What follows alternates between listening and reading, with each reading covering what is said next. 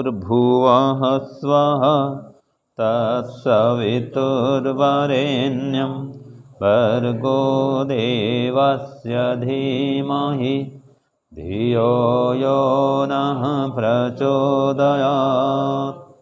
हे ईश्वर, हम यह पठन पाठन आपको प्राप्त करने और कराने के लिए साधन के रूप में करने जा रहे हैं।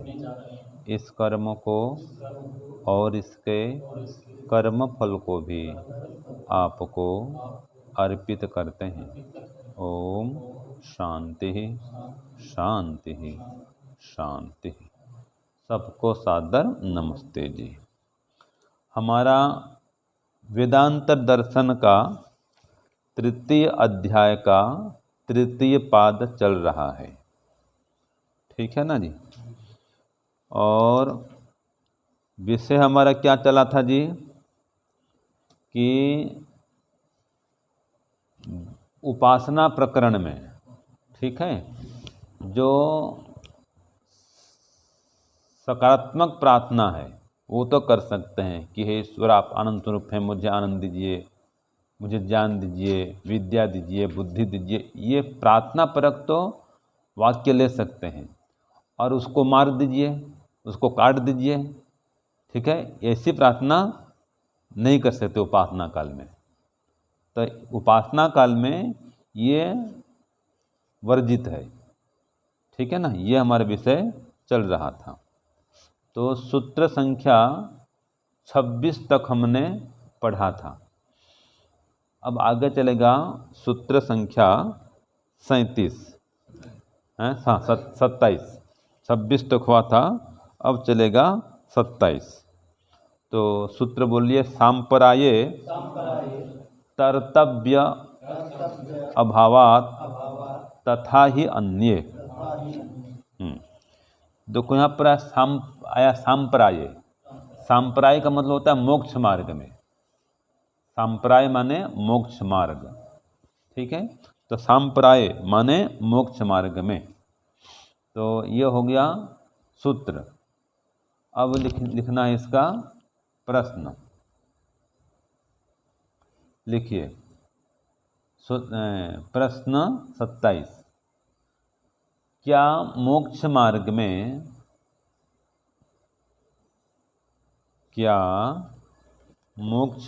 में तैरने योग्य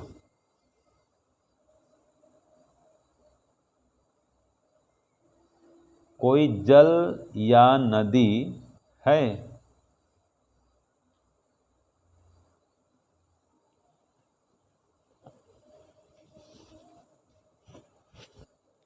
हो गया। आगे लिखिए, यदि नहीं है तो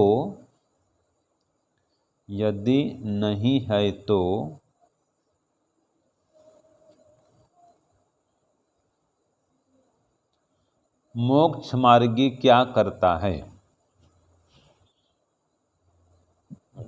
मोक्ष मार्गी क्या करता है? ब्रैकेट में करो,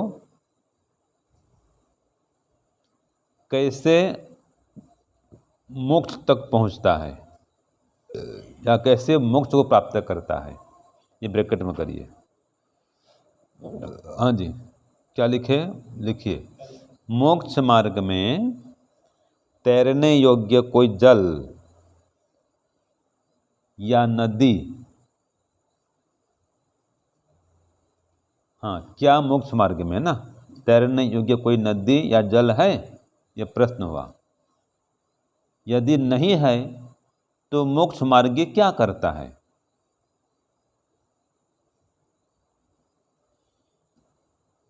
ब्रैकेट में क्या लिखे? ब्रैकेट में कैसे मोक्ष में पहुंचता है। हाँ, कैसे मोक्ष में पहुंचता है या कैसे मोक्ष प्राप्त करता है, एक ही बात है। कैसे मोक्ष प्राप्त करता है या कैसे मोक्ष में पहुंचता है, ठीक है ना जी। ये प्रश्न हुआ। अब इसका उत्तर लिखिए। मोक्ष मार्ग में तैरने योग्य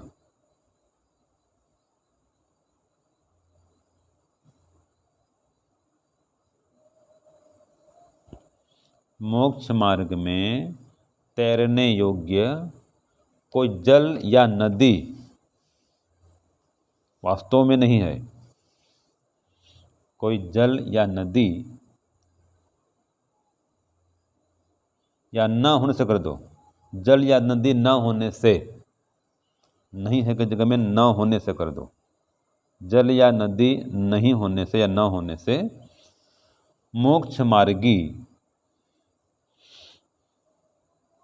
मार्गी देह त्याग से पूर्व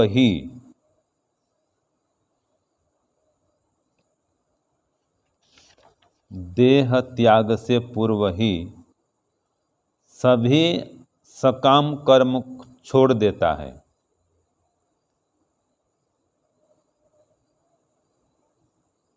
सभी सकाम कर्म छोड़ देता है और मोक्ष लोक को प्राप्त कर लेता है। ब्रह्मलोक को या मोक्ष लोक को, ब्रह्मलोक ज़्यादा अच्छा है।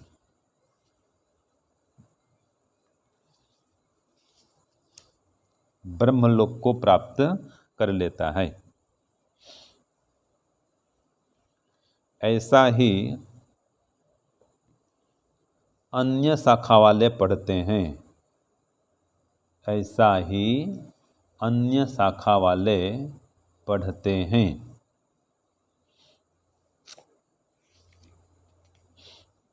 ठीक है जी।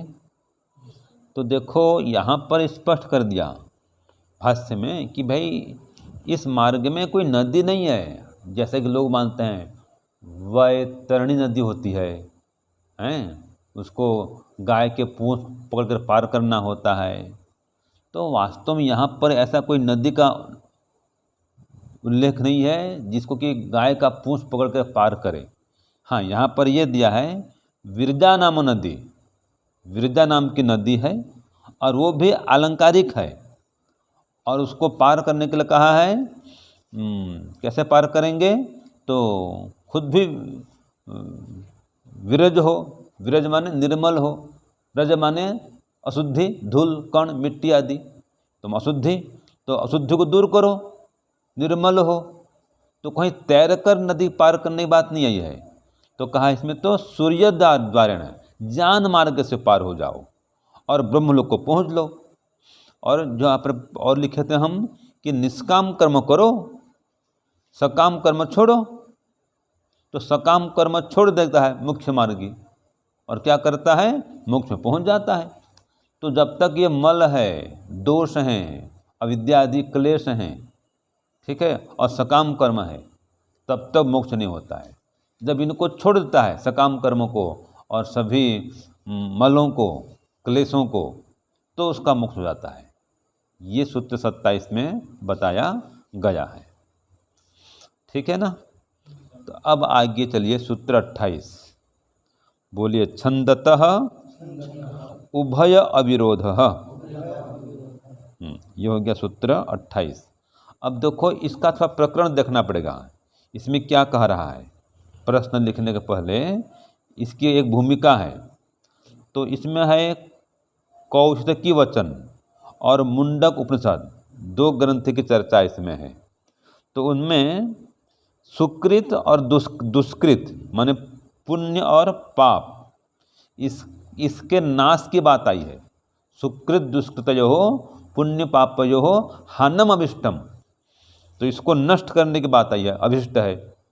तो सुकृत को भी नष्ट करो और दुष्कृत को भी नष्ट करो। तो सकाम भाव से पुण्य भी नष्ट करो और पाप भी नष्ट करो, ये तो कहा गया है। और छांदोग्य क्या क्या, छांदोग्य उपनिषद में अश्व इव रोमाणी विधुय पापम, जैसे घोड़ा है वो अपने शरीर को तो झंझोड़ देता है और जो भी गंदगी हो उसको नीचे फेंक देता है, शुद्ध हो जाता है। तो ऐसे पाप को हटा दो कह रहा है इसमें। तो यहाँ पर पाप को नष्ट करने की बात आई।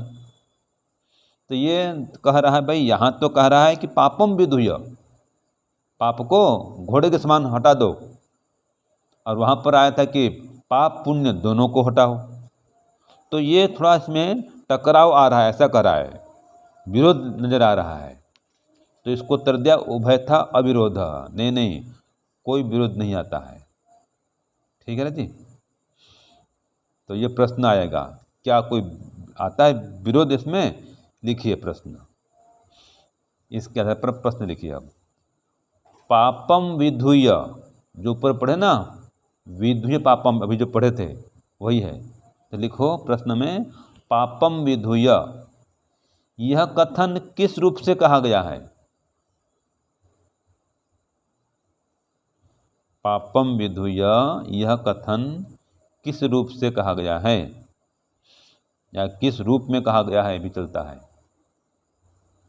किस रूप से कहा गया है या किस रूप में कहा गया है। अल्प विराम, आगे लिखिए, क्या इससे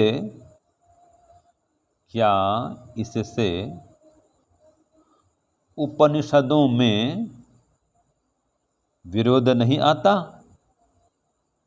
क्या इससे उपनिषदों में विरोध नहीं आता? यह प्रश्न हुआ, प्रश्नवाचक चिन्ह लगा दीजिए। हो गया, ये प्रश्न हुआ अभी। अब इसका उत्तर लिखना है। लिखिए उत्तर, पापम विधुय, इसको कामा के अंदर भर दीजिए, इन्वर्टेड कामा के अंदर लिखिए, पापम विधुय, यह जो कथन है, पापम विधुय, यह जो कथन है,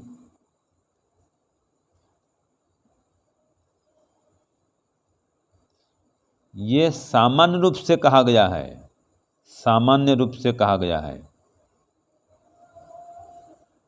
यह जो कथन है ये सामान्य रूप से कहा गया है, और इससे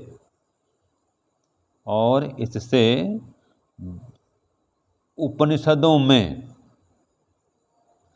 कोई विरोध नहीं आता है। दोनों कर दो, ब्रैकेट में दो है ना, चर्चा है, मुंडक और छांदोग्य, तो दोनों उपनिषदों में कर दो, क्योंकि हाँ यहाँ पर भूमिका में है, मुंडक भी छांदोग्य भी है, तो दोनों उपनिषदों में कोई विरोध नहीं आता है। लिख भी दो, ज़्यादा स्पष्ट हो जाएगा। हाँ, मुंडक और छांदोग्य उपनिषद में कोई विरोध नहीं आता है, तो स्पष्ट हो जाएगा।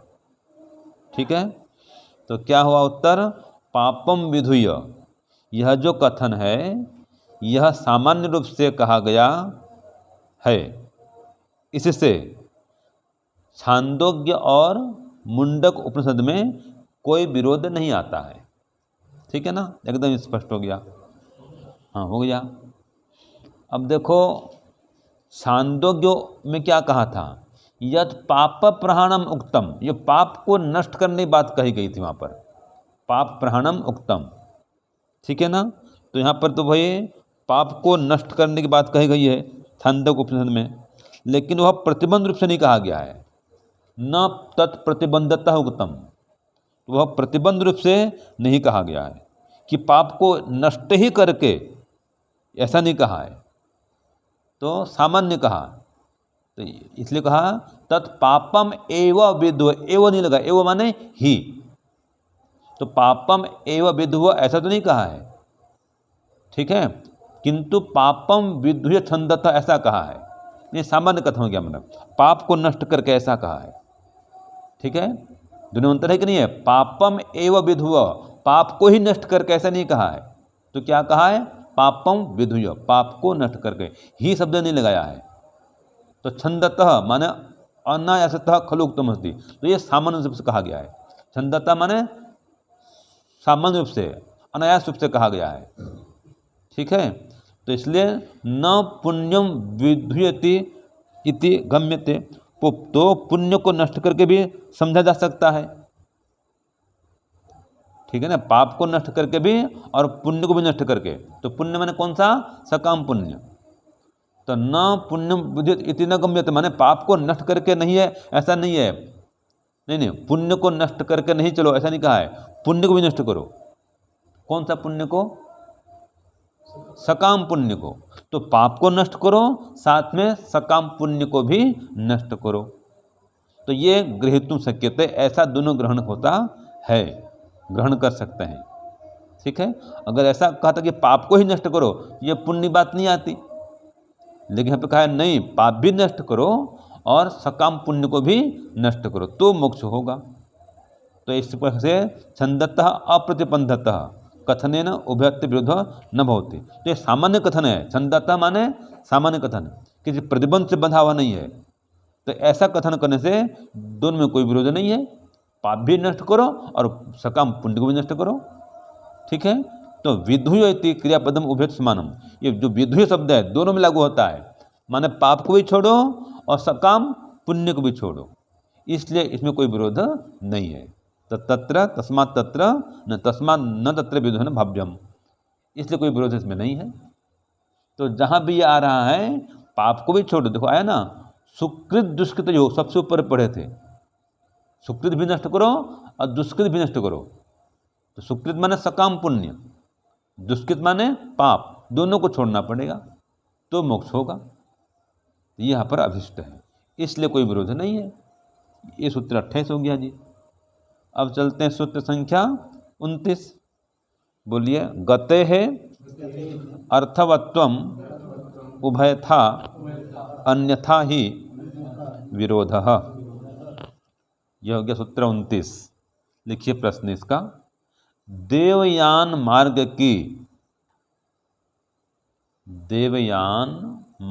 की सार्थकता या आवश्यकता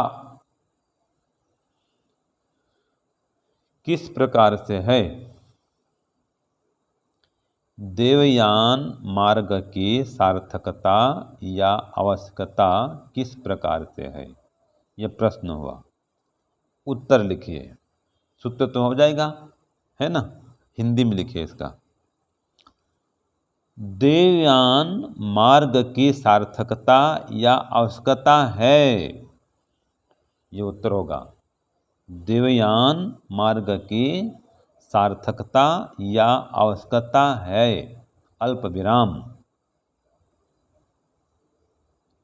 पाठ होने से या न होने से भी, पाठ होने से या न होने से भी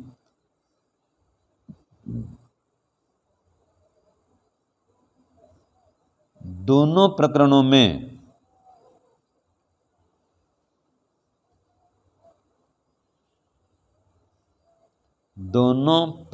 में इसका उपसंग्रह कर लेना चाहिए। दोनों प्रकरणों में इसका उपसंग्रह कर लेना चाहिए।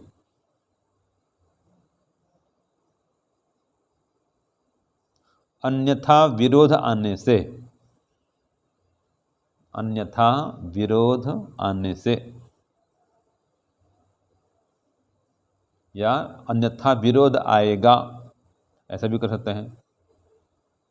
ब्रैकेट में कर दो, सूत्र में तो ऐसा कहा है अन्यथा विरोध आने से, ठीक है, ये पूरा हो गया। अगर आपको लगता है कि अधूरा है तो अन्यथा विरोध आएगा, ये ब्रैकेट में कर दो तो पूरा हो जाएगा। फिर ये विरोध आने से या विरोध आएगा, ठीक है, तो वाक्य था पूरा लगता है इसमें। फिर तो देखो, देवयान मार्ग की सार्थकता है, आवश्यकता है। कहीं पर पाठ हो चाहे पाठ न हो, उसका संग्रह होगा ही होगा। माने देवयान मार्ग में चल कर के ही आप मोक्ष को प्राप्त कर सकते हैं, ब्रह्मलोक को प्राप्त कर सकते हैं, नहीं तो विरोध आएगा। दो प्रकार का मार्ग का ना, श्रेय मार्ग और प्रेय मार्ग, पितृयान का मार्ग और देवयान का मार्ग। तो देवयान मार्ग में चलना ही पड़ेगा। तो देखो यह क्या, यहाँ पर क्या कहा भूमिका में कि दुष्कृत हन प्रसंगे और सुकृत हन से उपसंग्रह। दुष्कृत का हान करना चाहिए, नाश करना चाहिए, और सुकृत का उपसंहार करना चाहिए। सुकृत माने सकाम पुण्य का विनाश करना चाहिए। सकाम में पुण्य तो करेंगे लेकिन सकाम पुण्य का भी नाश करेंगे। तो ये तो हो गया, इसका उपसंहार करना चाहिए। अब कह रहा है देवयानेन पथा गमनम, अपि अन्यत्र तद निर्दिष्टे अनिर्दिष्ट प्रकरण है। तो देवयान पक्ष मार्ग में जाना चाहिए, देवयान के पथ में आगे बढ़ना चाहिए, और अगर कहीं पर नहीं भी दिया गया है तो भी उसका उल्लेख कहीं पर नहीं हुआ, अनिर्दिष्ट, कहीं पर अगर निर्देश नहीं हुआ है तो भी इस पथ में आपको बढ़ना ही पड़ेगा, इस पथ में आगे आपको चलना ही पड़ेगा। तो कहीं पर निर्देश नहीं भी किया गया है, ये इसलिए कहा है यहाँ पर कि अनिर्दिष्ट प्रकरण है, जिस प्रकरण में निर्देश नहीं हुआ है वहाँ पर भी इसका उपसंग्रह करना चाहिए। ठीक है, तो हमने जो पढ़ा, अगर उल्लेख हुआ है कहीं देवयान पथ का तब तो ठीक है, और अगर उल्लेख नहीं हुआ है तो भी ठीक है, उल्लेख मानो, उसका उल्लेख ही मानना पड़ेगा, उसका उपसंग्रह करना पड़ेगा। ठीक है, हाँ। तो देखो अब क्या कहा इसमें, स एतम देवयानम पंथानम आसाद्य, कि वो देवयान के मार्ग को प्राप्त करके ही, ये है आसाद्य माने उसको प्राप्त करके ही। ठीक है, तो यहाँ पर पाठ का निर्देश मिला है, पाठ निर्देशन, तत्पाठ और निर्देशन, ये भी बात आ गई।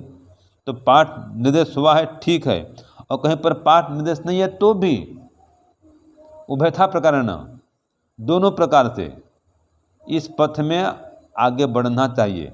देवयान पथा गते है गमनस्य अर्थवत्वम वार्थार्थकत्वम आवश्यकत्वम अस्ति। तो कहीं पर पाठ मिले या पाठ नहीं मिले, आपको बढ़ना ही पड़ेगा। किसमें? देवयान के मार्ग में बढ़ना ही पड़ेगा। इसमें बढ़ने की ही सार्थकता है और आवश्यकता है। समझ गए? अगर मोक्ष में बढ़ना है, जाना है, तो देवयान के मार्ग को अपनाना पड़ेगा, इसकी आवश्यकता है ही। इसलिए हम लिखे थे सूत्रार्थ में कि इस देवयान मार्ग की सार्थकता है, आवश्यकता है, पाठ हो चाहे पाठ न हो। हाँ जी, समझे रुपेश जी? नहीं समझ रहे हैं? देवयान पथ में आगे बढ़ना ही पड़ेगा। अगर कहीं उल्लेख मिलता है शास्त्र में पाठ में तो भी ठीक, और नहीं मिलता है तो भी ठीक। यहाँ तो कह दिया कि देवयान में चलना है, ये कौशिकी ब्राह्मण में कहा है। अगर कहीं नहीं कहा है तत्पाठ और अनिर्देशन ने भी कह दिया। अगर कहीं निर्देश नहीं मिला है तो भी उभयथा प्रकार, दोनों प्रकार से इस पथ में देवयान पथा गते है गमनस्य अर्थवत्वम, इसमें बढ़ने की सार्थकता है, अर्थवत्ता है और आवश्यकता है। तस्मात् यत्र तद गति निर्देशो न अपि कृतः, आइए देखो, जहाँ पर उसके गति का निर्देश न भी किया गया हो, तथापि तस्याः गत्या अवश्यम उपसंहार कर्तव्य, तो भी आप उसका संग्रह करो, उसको मानो, भले नहीं लिखा गया है, नहीं पढ़ा गया है। देवयान पथ में बढ़ने की बात नहीं कही गई किसी शास्त्र में या कहीं किसी जगह में, तो भी वहाँ पर मानो, भले ही यहाँ पर नहीं कहा गया तो भी हम मानेंगे नहीं, इसमें बढ़ना ही पड़ेगा। बिना देवयान पथ में चले मोक्ष होने वाला नहीं है। अगर ऐसा नहीं मानेंगे तो फिर उभयत्र प्रकरण विरोध, दोनों प्रकरण में विरोध आएगा। फिर कहीं पर तो कहा है कि बढ़ो, माने देवयान मार्ग में बढ़ो, और कहीं पर नहीं भी कहा है तो भी उसको मानो, नहीं तो विरोध आ जाएगा, खंडन माना जाएगा नहीं तो। ठीक है, तो नहीं कहा है तो भी चलो, क्योंकि दो मार्ग होते हैं, पितृयान और देवयान। तो जो पितृयान का मार्ग है वो जन्म और मरण का मार्ग है, वो संसार में आने जाने का मार्ग है। जो देवयान का मार्ग है वो संसार से छूटने का मार्ग है, वो निवृत्ति का मार्ग है, ये प्रवृत्ति मार्ग है। जो पितृयान है वो प्रवृत्ति का मार्ग है। तो जहाँ चर्चा नहीं है, मोक्ष मार्ग में जाने की बात हो रही है और देवयान की बात नहीं है, तो भी उसको मानो कि देवयान में ही चलना है। देवयान माने निवृत्ति के मार्ग में चलना है, योग मार्ग में चलना है, ये है देवयान। ठीक है ना? क्या समझे? देवयान माने निवृत्ति का मार्ग, योग का मार्ग, और पितृयान माने प्रवृत्ति का मार्ग, भोग का मार्ग, वो भौतिक मार्ग है, ये आध्यात्मिक मार्ग है। तो आध्यात्मिक मार्ग में बढ़ना ही पड़ेगा तो ही मोक्ष होगा, इस सूत्र 29 में कहा गया है। ठीक है, अब अंतिम चलते हैं, सूत्र संख्या 30। बोलिए। उपपन्नः उपपन्नः तल्लक्षणार्थः उपलब्धेः लोकवत्। इसका लिखिए प्रश्न। देवयान को कहने वाला अर्थ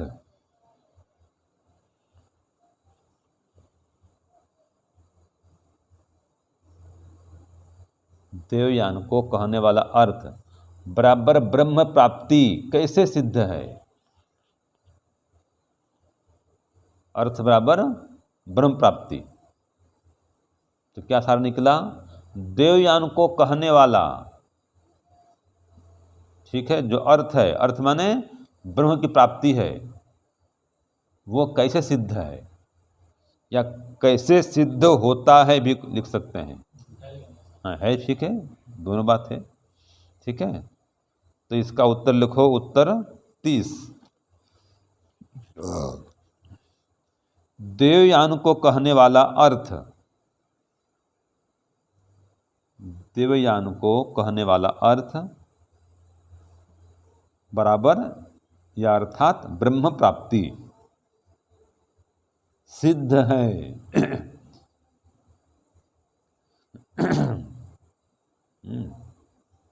क्या लिखें? देवयान को कहने वाला अर्थ बराबर ब्रह्म प्राप्ति सिद्ध है, क्योंकि प्राप्ति के गतिपूर्वक होने से, यह है उत्तर। क्योंकि प्राप्ति के गतिपूर्वक होने से लोक के समान, प्राप्ति के गतिपूर्वक होने से लोक के समान। जैसे, लोक के समान लिखो, जैसे, जैसे लोक में गति से ही कहीं पहुंचते हैं, गति करके ही कहीं पहुंचते हैं, है ना, बिना गति के कहीं भी नहीं पहुंच सकते।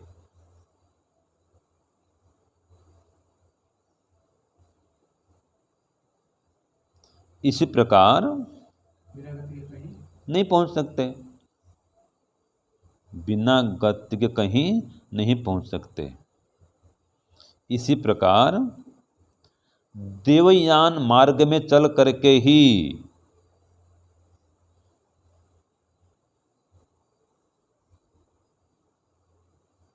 ब्रह्मलोक तक पहुंच सकते हैं, माने मोक्ष, ठीक है। देवयान के मार्ग में चल करके ही ब्रह्मलोक बराबर मोक्ष तक पहुंच सकते हैं।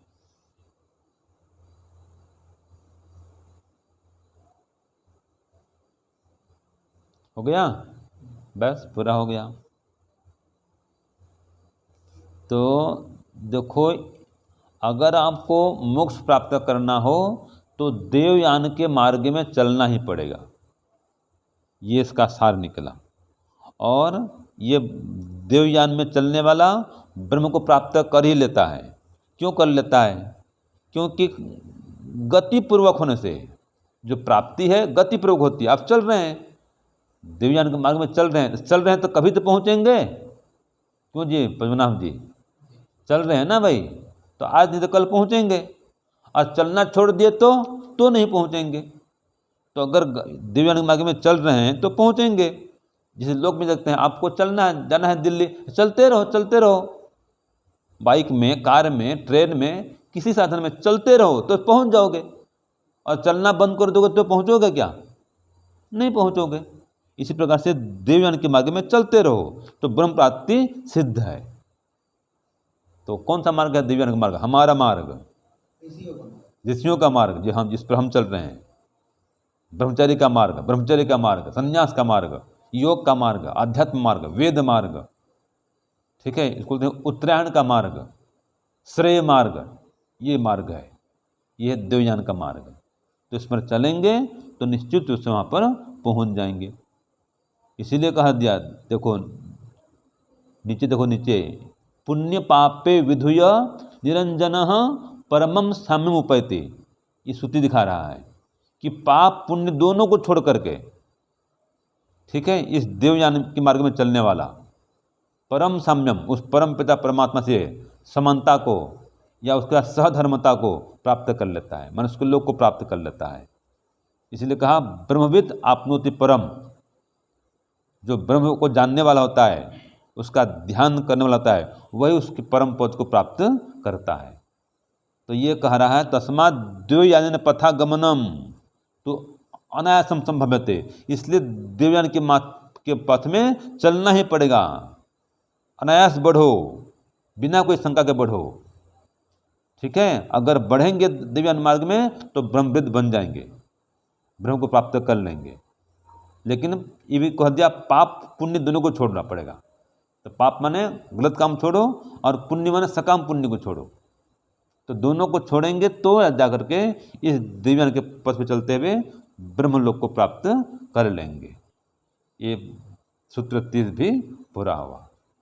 ओम शांति शांति शांति। सर्वेभ्यो नमः। सबको सादर नमस्ते।